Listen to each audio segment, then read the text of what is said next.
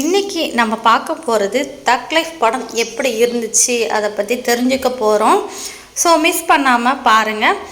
தக் லைஃப் படம் poster, BGM, first look எல்லாமே ஒரு கேங்ஸ்டர் ஃபீலை கொடுத்துச்சு அப்படின்னு சொல்லலாம். ஆனால் படம் ரொமான்ஸ் கலந்த ரொம்பவே ஃபீல் பண்ணிக்கிடுற ஒரு ட்ராமா அப்படின்னு சொல்லலாம். ஃபஸ்ட்டு நம்ம என்ன பார்க்க போகிறோம் அப்படின்னா எக்ஸ்பெக்டேஷன் அண்ட் விஸ் ரியாலிட்டி. அதாவது நம்ம என்ன எதிர்பார்த்தோம், உண்மையாகவே என்ன இருந்துச்சு அப்படிங்கிறத நம்ம பார்க்க போகிறோம். என்ன நினச்சோம் அப்படின்னா கமல், மணிரத்னம், ஏஆர் காம்போ அப்படின்னா நம்ம கண்ணை மூடிக்கிட்டு தேட்டருக்கு போயிடலாம், அந்தளவுக்கு ஹைப்பாக இருக்கும் அப்படின்னு நம்ம எக்ஸ்பெக்ட் பண்ணோம். ஆனால் கமல் வந்தார், சிம்புவும் வந்தார். ஆனால் கேங்ஸ்டர் தான் அந்த படத்தில் இல்லை. கேங்ஸ்டருங்கிற ஒரு ரோலே இல்லாமல் போச்சு. ரெண்டாவது நம்ம என்ன பார்க்கணும் அப்படின்னா ஒரு கதை சுருக்கமாக என்ன இருந்துச்சு அப்படிங்கிறத பார்க்கலாம். சிம்புவின் அப்பா சுட்டு கொல்லப்படுறாங்க. கமல் சிம்புவை தன் பிள்ளை மாதிரி வளர்க்குறாங்க. சிம்பு தங்கையை கமல் தேடுறாங்க. ஆனால் தங்கை கிடைக்காம திரிஷா கிடைக்கிறாங்க. அப்புறம் கமலும் சிம்புவும் ஒரே பொண்ணு மேலே காதல் படுறாங்க.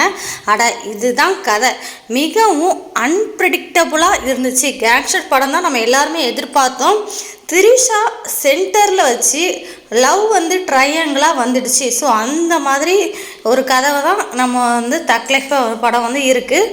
சும்மா ஷார்ட்டாக சொல்லணும்னா இதுதான் கதை. நம்ம மூணாவது என்னெல்லாம் மிஸ் பண்ணோம் அப்படிங்கிறத நம்ம பார்க்கலாம். Logic, emotion, problems. படத்தில் சில எமோஷனல் மூமெண்ட் இருந்துச்சு. ஏஆர் மியூசிக் ஓகேனா இருந்துச்சு. ஆனால் லாஜிக் கேட்டால் கொஞ்சம் கஷ்டம்தான்.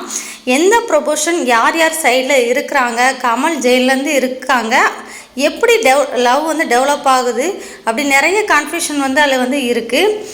நம்ம நாளாக என்ன பார்க்க போகிறோம்னா மிஸ்டு மூமெண்ட். அதாவது எதெல்லாம் நம்ம அந்த படத்தில் மிஸ் ஆச்சு அப்படின்னா முத்தமலை மாதிரியான பாடலே அதில் இல்லை. ஆக்ஷன் சீன்ஸ் அவ்வளோவா கிடையாது. கமல் வித் சிம் கிளாஷ் ஆகும் பார்த்தோன்னா அதுவும் கிடையாது. எமோஷ்னல் காம்படிஷனாக மாறிடுச்சு. விண்வெளி நாயகா ஒரு வார்த்தை மட்டும்தான் சொன்னாங்க. அது யாருக்கு புரிஞ்சிச்சோ தெரில. அஞ்சாவது நம்ம என்ன பார்க்க போகிறோம் ஃபைனலாக அப்படின்னா இந்த படம் கமல் சாருக்கு தக் லைஃப் கம்பேக்காக கிடையாது. சிம்புக்கு கூட பெட்டர் பெர்ஃபார்மன்ஸ் கொடுத்துருக்காரு. ஆனால் அவருக்கும் இது ஃபுல் ஃப்ளெக்டு கேங்ஸ்டர் ரோல்னா கிடையாது. ஒரு எமோஷ்னல் ட்ராமா வேணும் அப்படின்னு நினைப்பவங்களுக்கு இது ஒர்க் ஆகலாம். ஆனால் ஒரு தலைவர் லெவல் கேங்ஸ்டர் ஃபயர் எதிர்பார்க்குறவங்களுக்கு இந்த படம் ஒரு டிசப்பாயிண்ட் தான் சொல்லணும். நீங்கள் பார்த்தீங்கன்னா உங்கள் ஃபீல் என்னன்னு கமெண்டில் சொல்லுங்கள். நான் தான் தவறாக புரிஞ்சுக்கிட்டேன்னா தெரியட்டும். லைக் பண்ணுங்கள், ஷேர் பண்ணுங்கள். அது மட்டும் இல்லாமல் ஒரு ரசிகர் கமெண்ட் பண்ணியிருந்தாங்க. ஸோ அதை பார்க்கும்போது ரொம்பவே காமெடியாக இருந்துச்சு.